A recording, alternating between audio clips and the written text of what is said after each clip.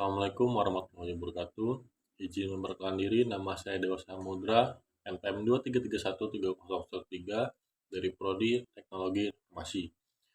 Assalamualaikum warahmatullahi wabarakatuh. Selamat pagi, sahabat-sahabatku yang dirahmati oleh Allah Subhanahu wa Ta'ala.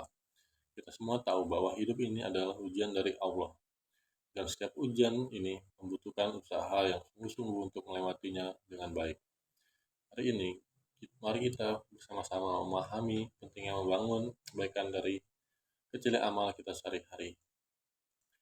Allah Subhanahu wa Ta'ala berfirman dalam Al-Quran, dalam surat Al-Hujurat ayat 11, "Wahai orang-orang yang beriman, janganlah suatu kaum merendahkan kaum yang lain. Boleh jadi yang direndahkan itu lebih baik dari yang merendahkan. Jangan pula perempuan merendahkan perempuan yang lain. Boleh jadi yang dirahmati itu lebih baik dari yang merendahkan.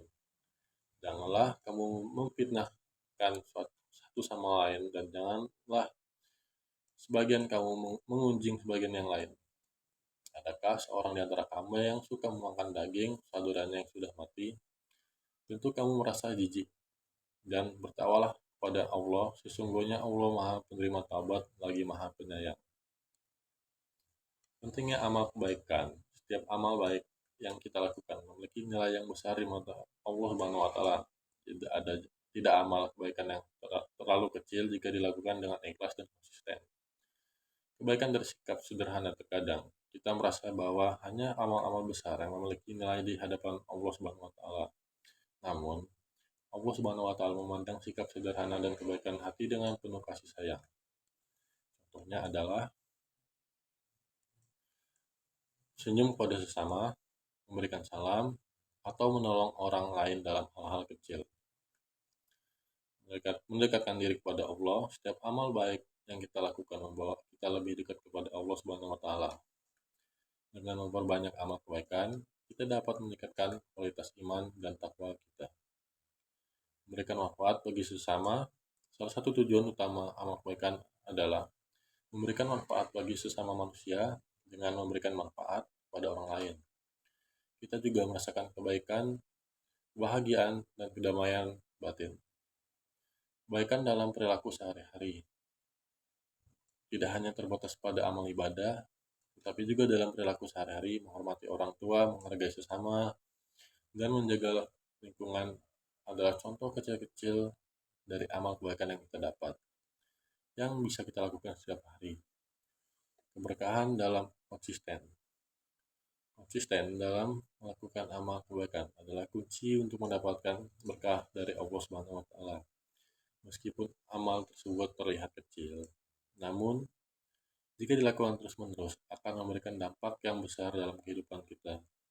Sebenarnya ada banyak kegiatan kebaikan yang dapat kita lakukan, tapi di sini saya ingin menjelaskan hanya yang sepengetahuan saya, karena sepengetahuan saya terbatas. Yang selanjutnya adalah kebaikan spiritual. Kebaikan ini seperti yang kita lakukan pada umumnya, seperti membaca Al-Quran, zikir, berdoa, sholat. Kebaikan spiritual ini bisa memperkuat hubungan individu kita kepada Tuhan. Berikutnya, kebaikan sosial. Kebaikan ini melibatkan interaksi positif dengan sesama manusia, lingkungan, dan kepada orang-orang di sekitar kita, seperti yang bersedekah, tolong menolong, kepada yang membutuhkan, berbagi ilmu, mengunjungi orang yang sakit. Kebaikan sosial membantu memperkuat jaringan sosial kita kepada orang lain.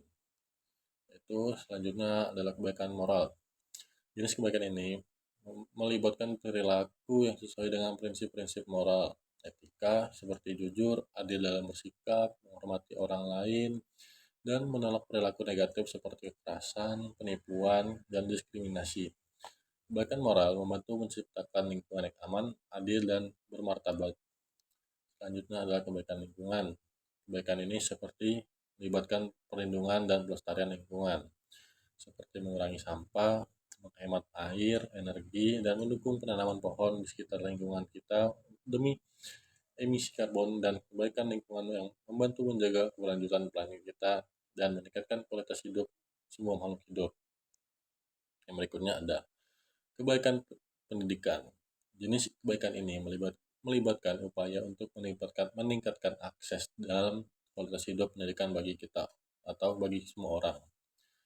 seperti menyediakan beasiswa, mendirikan sekolah, mendukung pengembangan kurikulum yang inklusif, dan mengedukasi masyarakat tentang pentingnya pendidikan kebaikan pendidikan, membantu membuka pintu kesempatan bagi semua orang yang ingin memperkuat fondasi untuk masa depan yang lebih baik.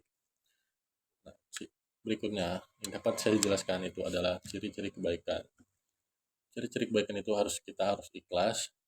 Kebaikan yang dilakukan harus ikhlas, tanpa pamrih atau tanpa motif tertentu. Berikutnya harus konsisten.